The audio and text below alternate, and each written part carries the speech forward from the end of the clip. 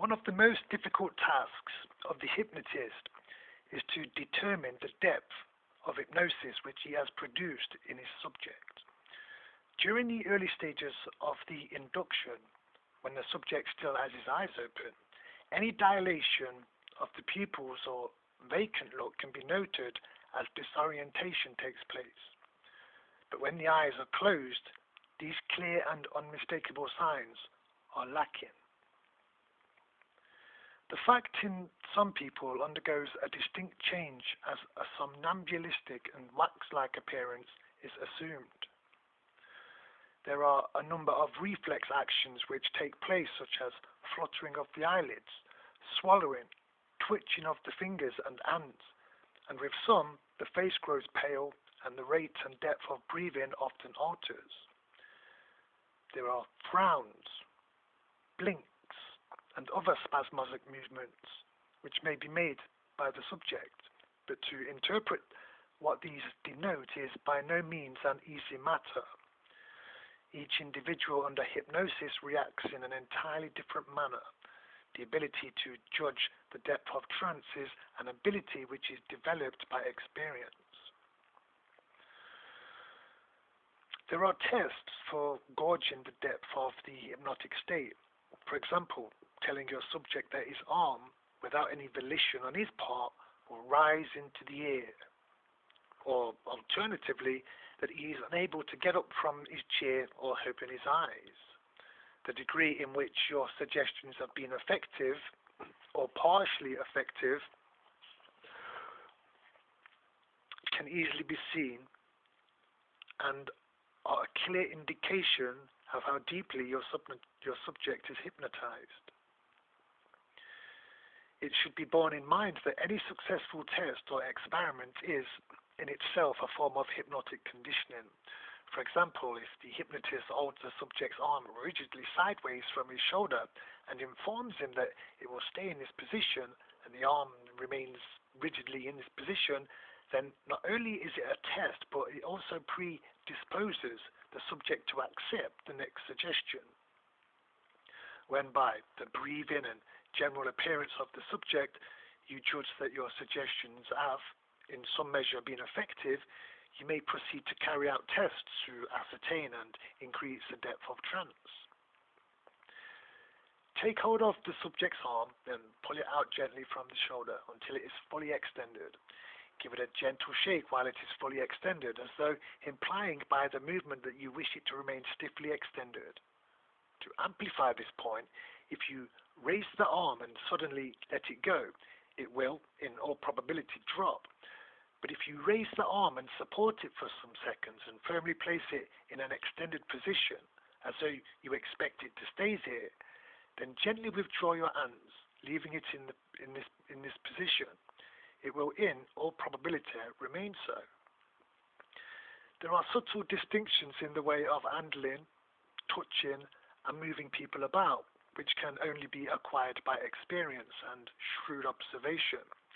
If, in response to this test, the subject's arm remains extended, you can firmly suggest to him that it is becoming fixed in this position, and that, try as he may, he will be unable to put his arm down. Continue with these suggestions, and in all probability he will be unable to do so.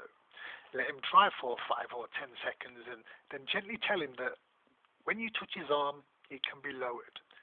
Take hold of his hand, and with your free hand, stroke his arm gently, lowering the rigid limb.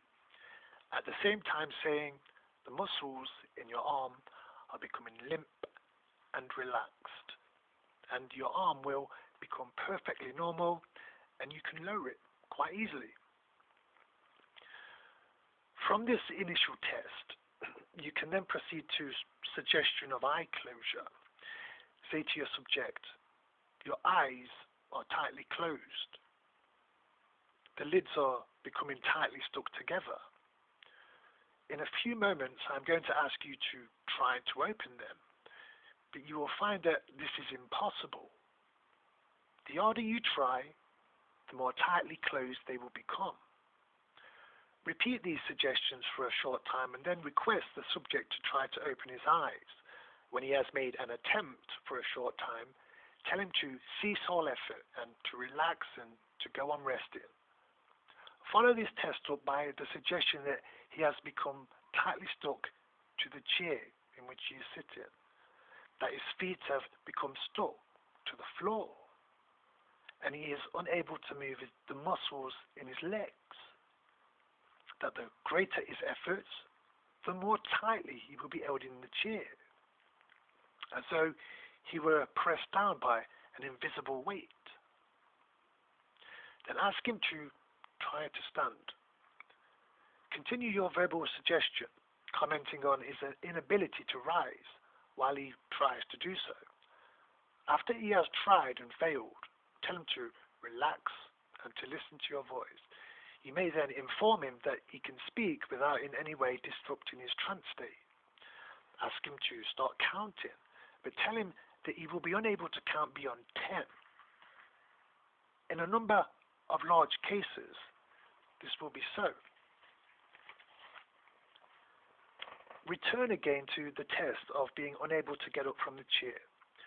Repeat this test, and when it has again been demonstrated to the subject that your suggestions have proved effective, instruct him to cease his efforts and relax. Then tell him that when you clap your hands together, he will be able to stand up, and that you will take him by the arm and he will walk with you, and that he will grow sleepier with each step he takes. Then clap your hands and grasp him by the arm firmly and continue repeating your suggestions whilst you walk him for a dozen paces or so, and instruct him to stand still. Continue your suggestions that he will grow sleepier and sleepier. This conditioning deepens the trance. As explained, the trance condition is deepened a little with each test. It must not, however, be assumed that the performance of a series of experiments will produce a hypnotized subject. Many subjects will act as though they were hypnotized and will carry out actions suggested to them. In actual fact, they are not deeply hypnotized. They will act a part because they feel it too much of an effort to resist the hypnotist's commands. It should be remembered that they wish to be hypnotized so that they may later gain the benefits of hypnotic suggestion. This compliance, if followed out, will lead to a deepening of the trance, but it should not be assumed that every subject who obeys commands is hypnotized. No two subjects ever act alike. The student must use his own judgment in determining the depth of the trance, or, for that matter, whether his subject is hypnotized or not. This he can gauge from the reactions of the subject to his commands or to the test. Generally speaking, there will be an appreciable pause between commands are carried out, often 5 or 10 seconds duration. The hypnotized subject has the appearance of heaviness and lethargia, which would be hard to simulate. Once seen, the general characteristics are easily recognized and unmistakable. The student hypnotist, after a little experience, will choose and probably devise his own test.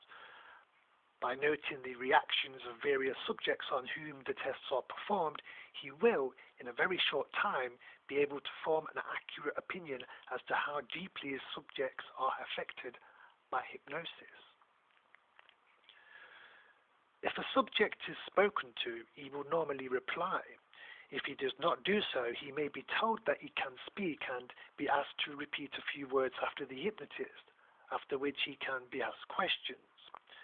If any of the questions bear on matters which would render him uncomfortable, he will probably wake up. The voice of the hypnotized subject is characterized by a peculiar dull flat tone of a lower volume than his ordinary voice. Sometimes it is almost inaudible. His general bearing is of lethargy, but this again cannot be taken as a guide for all subjects.